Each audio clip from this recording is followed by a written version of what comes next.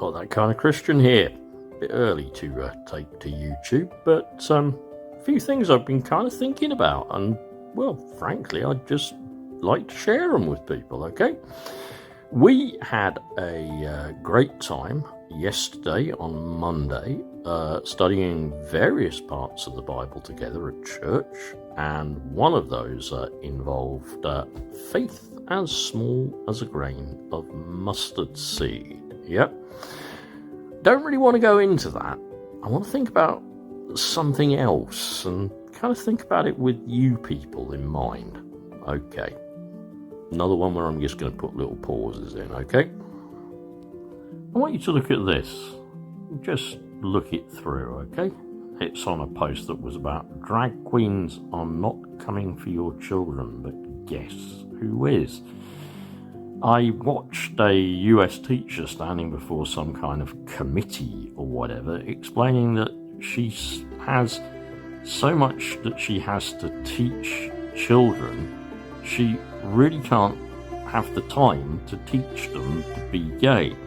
But I want you to look at this, and where TikTok, the guy calls himself Jesus, says, and I said this is happening in the UK, conservative Christians have to have some kind of enemy, and they have to cling to lies because they literally have nothing else. Now look further down. I went to my youth pastor, this is Stu, about abuse from my parents, and he told my parents about me telling on them and got me in worse trouble. Okay, come back now with me for a bit more, okay? Now, from that, I want to develop this idea of conservative Christians so concentrating on sin. Not so much, obviously, that they want to actually sin.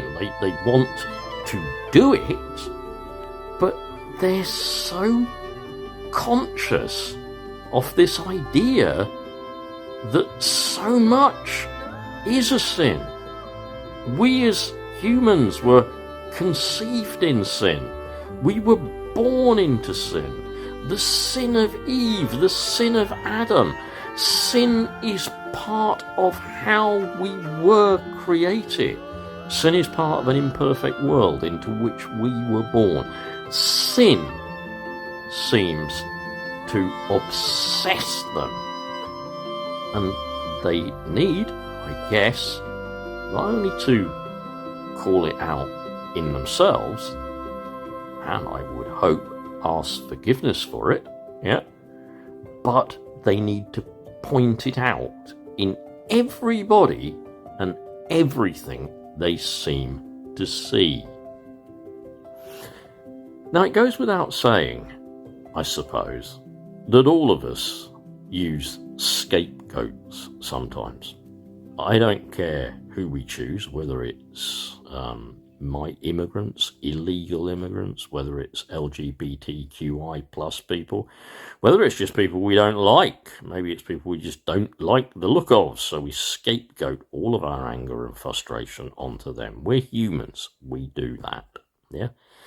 But I want to look at this idea of sin, yeah? Because the one thing I think that these more extreme Christians seem to think about liberal Christians, for want of a better term, is that we're not concerned with sin. They seem to get this idea that we don't kind of even believe there is such a thing as sin. Just take another pause. And all I could say is that they couldn't be more wrong. I am acutely aware that just let's define sin as doing wrong rather than doing right. Something that you know in your gut is right and good and loving to do, and you do the exact opposite. Let's say that's an example of sin, yeah?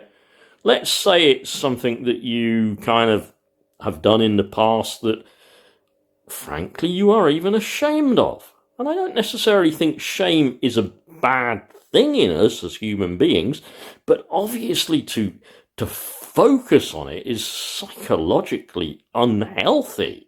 Yeah? But what I'm trying to say is that they are wrong. Sin is serious, and we do talk about it, but we also talk about the remedy for sin, and we talk about God's desire to forgive our sins. Now, I realise I'm talking in a religious context, right? And if you're not in any way religious, none of this is going to mean anything to you, and I'm pretty sure you will probably have already switched off by this point, okay? You know, I have, as you know, a friend who is trans, and I went on one of these pastors' sites, our Free Church of England pastor, and I asked if they would pray for my friend. I didn't use their name yet, but nobody on that site has even responded to that post. I even said to the guy, it's the Reverend Brett, yeah? I even said to Brett Murphy that actually the service that he videoed and everything was a perfectly reasonable Anglican service that I would have been happy to attend. And the things he was talking about with regard to God and worship and even sin, I would have been happy to listen to, yeah? But why? Why, oh why, oh why? Do people read the Bible, people like that especially, to say that being that person, LGBTQI plus, whatever, being that person is a sin? Before God and before man, I can't understand that.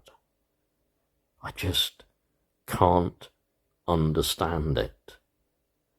And that's not because I'm a liberal Christian and some people seem to have this idea that I preach kind of lovey-dovey, hippie kind of God where there is no sin, where we don't do anything wrong. That's not true.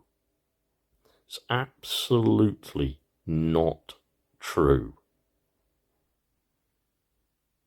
But I worry about Christians who can't be graceful and show the love of God, by which, if you like, we are saved.